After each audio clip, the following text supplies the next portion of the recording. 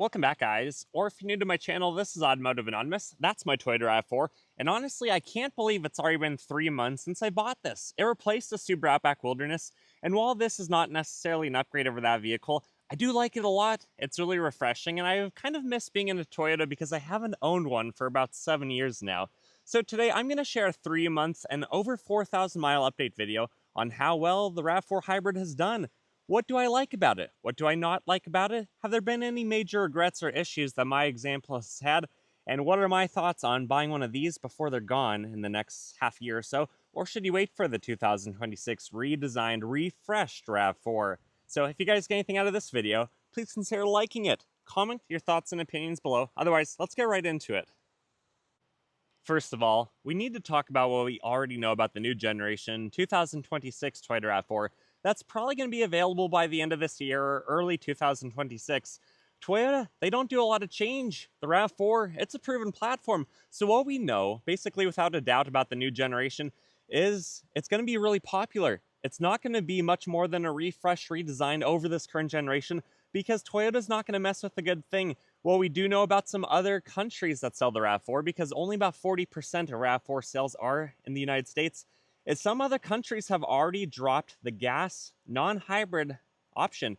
I don't think that's going to happen in the United States market, and I say that because 2 out of 3 sales of these are the non-hybrid. Only a third of them are the hybrid, so I do think that Toyota is going to be stirring the pot with their population who want one of these if they don't offer a non-hybrid, because for about $3,000 less, there's still a lot of other compact crossovers that don't offer a hybrid, and I think they would really be missing out on a lot of the market share if they don't offer one. But what we do know about the new hybrid, it's probably going to have at least 13 more horsepower, up from 219 like this one to about 332, because that's what the other 2.5-liter Atkinson cycle engine hybrids have in the newer generation of Toyota RAV4. It's also going to have Toyota Safety Sense 3.0, which should be a big upgrade over 2.5, because I don't necessarily love the safety features and how they work on this compared to some other vehicles like Subarus. But we know that overall, this is going to be a very similar vehicle. It's likely going to gain 100 to 200 pounds. It's likely going to be a couple inches longer, a couple inches wider, because historically, that is just what every automaker does. They keep making their vehicles bigger and way more. Part of that's for safety features, part of that's for convenience. We can't drive around economy box, tiny little SUVs with huge windows and not very good safety features like we could in the 90s. So ultimately, I don't think a lot is going to change for the new generation. It's just going to be a revision of this platform, but very similar. And just because this is the best-selling compact crossover and SUV globally doesn't necessarily make it the best. It's just the most readily available. This is a very good one. I don't want to knock it right off the bat. I love it, but honestly, it's not perfect. But Toyota is the biggest automaker. They have dealerships in basically every sizable town. Unlike Subaru, unlike Mazda, unlike the luxury brands, just because this is more readily available doesn't mean it's better in every category, in every aspect. It might be good for you. It is for a lot of people, but it's not perfect for everyone, as we'll talk about throughout this video. So now kind of circling back around to my example, thankfully there have been no legit issues.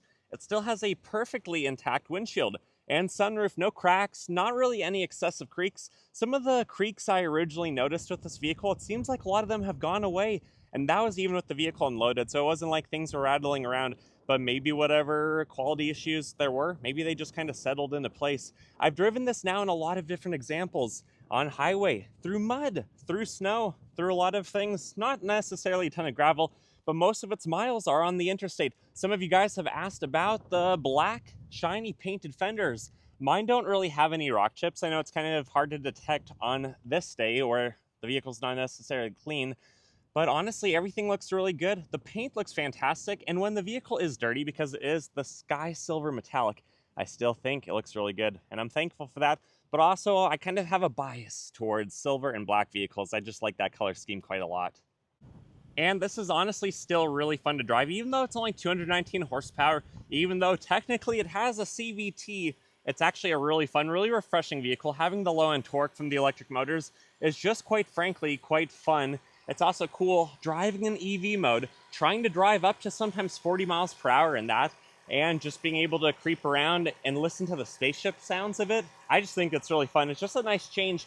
Part of the reason I bought this vehicle, it was because I've never owned a hybrid before, and I wanted to see what it was all about before maybe someday I would maybe consider a full EV. But for now, I just wanted to try a little bit of electrification. And honestly, after owning a hybrid, it would be hard to go back to a naturally aspirated engine that doesn't have a hybrid component, at least for a daily driver. I do think sports cars, they should be high revving, they should have personality, they should have character.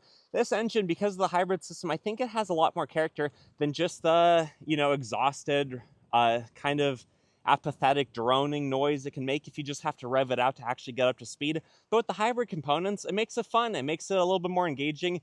And I have a video on the miles per gallon and driving and testing the sport mode to auto brake to do like engine braking and stuff like that, that if it's not already posted, it's going to be posted soon. That was just kind of a fun video to make. But honestly, this thing is quite interesting. But miles per gallon are all over the place. Ideal conditions when you drive a third in EV mode, it can get about 40 to 50 in town.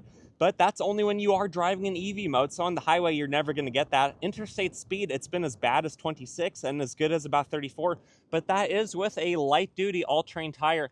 That's also with really cold temperatures. When I was getting 26 mpg, that was in single-digit weather. But now that it's back to the 30s, I'm back to getting about 32 mpg. So this is very temperamental to the weather. So just keep that in mind. And while this has been one of the strangest winters around here for the last few years, where we really haven't had a lot of snow, I did find the opportunity in another town to test drive with the factory tires and see how it does. And then the same opportunity with these Geolanders, and these do hands down do quite a bit better. But this vehicle, it's more of a warm weather summer vehicle. I don't think it's going to be necessarily as good in deep snow and mud like a Subaru, which I came from again, because even driving a new Forester in the same conditions basically, which actually had a little bit more ice, that thing would basically not even break loose. Meanwhile, this one was really easy to break the tires loose. The rear only kicked in on occasion, especially when you would be turning the wheel and powering it, or just powering it. But this system, you can tell it has a lot more trouble finding traction than the Subarus do. Part of the reason is it does have more low-end torque, but also to eliminate that excuse, I drove my brother's Model Y Performance Tesla. That thing has like 500 pounds of torque, but the torque management system is so good on that that thing actually handles better than Subaru's, and it doesn't let it break loose really at all unless you're completely trying to be an idiot. So I do have to say, I think this is absolutely adequate for low snow environments, but you're not going to be doing some of the stuff that you could do in a Subaru or in some other vehicles that do have a more competent system, unless maybe you have a very snow dedicated tire. But honestly, at that point, you probably shouldn't be messing around in a RAV4 to that extreme level anyways. But honestly, I do think it's good enough for if we're not going to have a lot of snow around here and you're only on very occasion going to drive through more than several inches of snow, the system is absolutely adequate on a good set of tires. But I think one of my favorite parts about this vehicle, and one of the reasons I'm very glad I purchased it, which, by the way, you guys can see the MPG right here over the last several hundred miles, is it just feels really reliable. I know it has a good resale value and it's time to change it out for the next thing to experience the next vehicle, but it just feels very robust. Everything I think is going to hold up really well. And now that it has a good set of tires, I really don't have to worry about bad weather and sketchy situations and going on gravel and popping the sidewall or anything like that. This just feels like a really nice vehicle.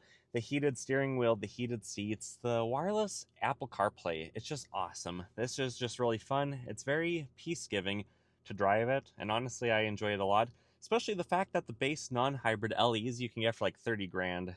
I really think that these are a pretty good deal, especially in today's market.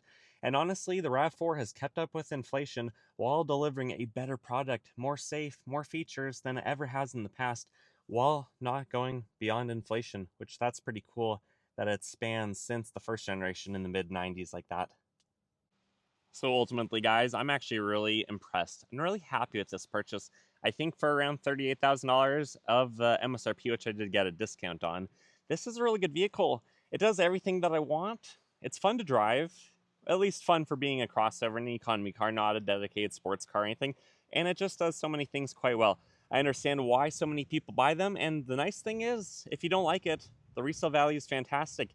You also have probably a Toyota dealership in your town, so it is easy to get in and out of one. It is easy to go find one to test drive, to sell it to a dealership that's probably going to pay pretty good money, because then they are going to demand pretty good money on the used market for these. So honestly, I don't think you guys can go wrong either way, but what are your thoughts? What are your opinions on the 2019 to 2025 Toyota RAV4 hybrid or non-hybrid, or plug-in hybrid EV. I'd love to hear your thoughts. Anyways, guys, like this video if you got anything out of it. Comment below, subscribe. Otherwise, I wish you guys the best. See ya.